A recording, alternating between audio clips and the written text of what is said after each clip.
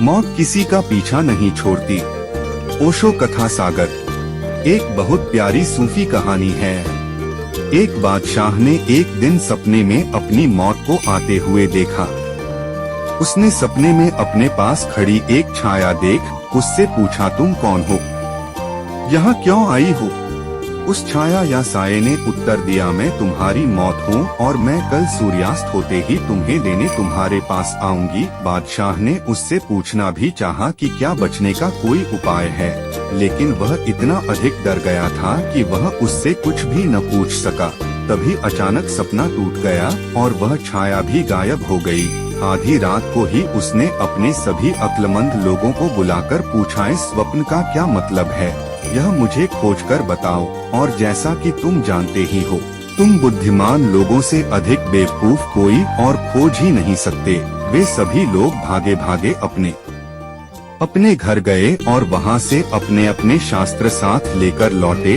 वे बड़े बड़े मोटे पोथे थे। उन लोगों ने उन्हें उलटना पलटना शुरू कर दिया और फिर उन लोगों में चर्चा परिचर्चा के दौरान बहस छिड़ गई। वे अपने अपने तर्क देते हुए आपस में ही लड़ने झगड़ने लगे।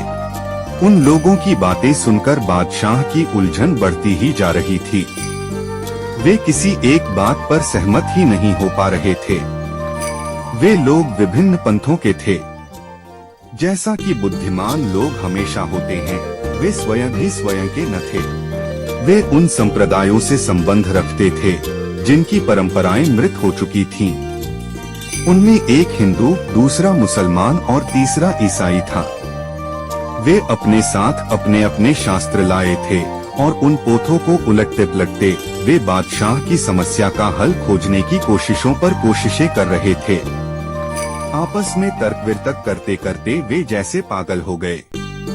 बादशाह बहुत अधिक व्याकुल हो उठा, क्योंकि सूरज निकलने लगा था और जिस सूर्य का उदय होता है वह अस्त भी होता है, क्योंकि उगना ही वास्तव में अस्त होना है। अस्त होने की शुरुआत हो चुकी है। यात्रा शुरू हो चुकी थी और सूर्य डूबने में सिर्फ 12 घंटे बचे थे। उसने उन लोगों को टोकने की कोशिश की, लेकिन उन लोगों ने कहा, आप कृपया बाधा उत्पन्न न करें। यह एक बहुत गंभीर मसला है और हम लोग हल निकाल कर रहेंगे।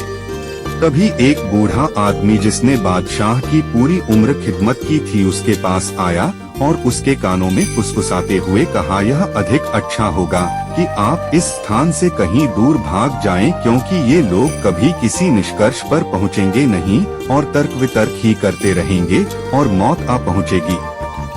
मेरा आपको यही सुझाव है कि जब मौत ने आपको चेतावनी दी है तो अच्छा यही है कि कम से कम आप इस स्थान से कहीं दूर सभी से पीछा छुड़ाकर चले जाइए। आप कहीं भी जाइएगा बहुत तेजी से। यह सलाह बादशाह को अच्छी लगी। यह बूढ़ा बिल्कुल ठीक कह रहा है। जब मनुष्य और कुछ नहीं कर सकता, वह भागने का, पीछा छुड़ाकर पलायन करने का प्रयास करता है। बादशाह के पास एक बहुत तेज दौड़ने वाला घोड़ा था। उसने घोड़ा मंगाकर बुद्धिमान लोगों से कहा, मैं तो अब कहीं दूर जा रहा हूँ और यदि जीवित लौटा तो तुम लोग तय कर मुझे अपना निर्णय बतलाना, पर फिलहाल तो मैं अब जा रहा हूँ। वह बहुत खुश जितनी तेजी से हो सकता था घोड़े पर उड़ा चला जा रहा था, क्योंकि आखिर यह जीवन और मौत का सवाल था। वह बार बार पीछे लौट कर देखता था कि कहीं वह साया तो साथ नहीं आ रहा है, लेकिन वहाँ स्वप्न वाले साये का दूर दूर तक पता न था। वह बहुत खुश था। मृत्यु पीछे नहीं आ रही थी और उससे पीछा छुड़ाकर दूर भागा जा रहा था। अब धीमे धीमे सूरज डूबने लगा। वह अपनी राजधानी से कई 100 मील दूर आ गया था।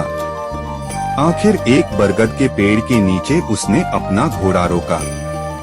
घोड़े से उतरकर उसने उसे धन्यवाद देते हुए कहा, वह तुम ही हो जिसने मुझे बचा लिया।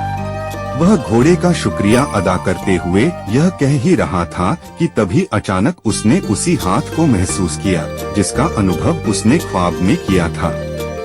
उसने पीछे मुड़कर देखा, वही मौत का साया वहाँ मौजूद था। मौत ने कहा, मैं भी तेरे घोड़े का शुक्रिया अदा करती हूँ जो बहुत तेज दौड़ता है।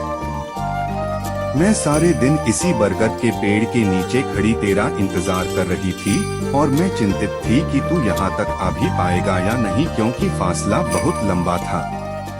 लेकिन तेरा घोड़ा भी वास्तव में कोई चीज है।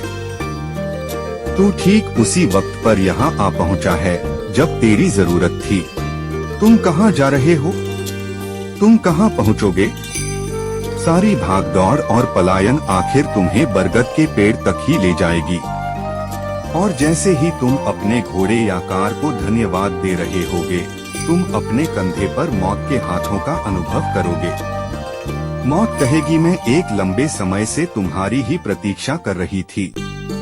अच्छा हुआ तुम खुद आ गए। और प्रत्येक व्यक्ति ठीक समय पर ही आता है, वह एक क्षण भी नहीं खोता। प्रत्येक व्यक्ति ठीक वक्त पर ही पहुंचता है, कोई भी कभी देर लगाता ही नहीं। मैंने सुना है कि कुछ लोग वक्त से पहले ही पहुंच गए, लेकिन मैंने यह कभी नहीं सुना कि कोई देर से आया हो। कुछ लोग जो समय से पहले पहुंचे थे, वह लोग अपने चिकित्सकों की मेहरबानी के कारण, अपनी असफलता की वजह उसने यह ठहराई कि वह काफी तेजी से नहीं दौड़ रहा था, इसीलिए वह बिना रुके तेज और तेज दौड़ने लगा, यहाँ तक कि अंत में वह नीचे गिर पड़ा और मर गया। वह यह समझने में असफल रहा कि यदि उसने सिर्फ किसी पेड़ या किसी छाप की ओर कदम रखे होते तो उसकी छाया बनती ही नहीं, और यदि वह उसके नीचे बैठकर स्थिर हो ठहर गया होता तो न पैरों के कदम उठते और उनकी ध्वनि होती। यह बहुत आसान था, सबसे अधिक आसान। यदि तुम ठीक छाया की ओर बढ़ो जहाँ धूप न हो तो परछाई गायब हो जाएगी, क्योंकि परछाई धूप या रोशनी के कारण ही बनती है। वह सूर्य की किरणों की अनुपस्थिति है। यदि तुम एक वृक्ष की छाया तले बैठ जाओ तो परछाई लुप्त हो जाएगी। वह यह समझने में असफल रहा कि यदि उसने सिर्फ किसी पेड़ या किसी छाप की ओर कदम रखे होते तो उसकी परछाई बनती ही नहीं, वह गायब हो जाती। इस छाव को कहते हैं मौन। इस छाव को कहते हैं आंतरिक शांति। मन की सुनो ही मत, बस केवल मौन की छाव में सरक जाओ, अपने अंदर गहरे में उतर जाओ, जहाँ सूर्य की कोई किरण प्रविष्ट नहीं हो सकती, जहाँ परम शांति है।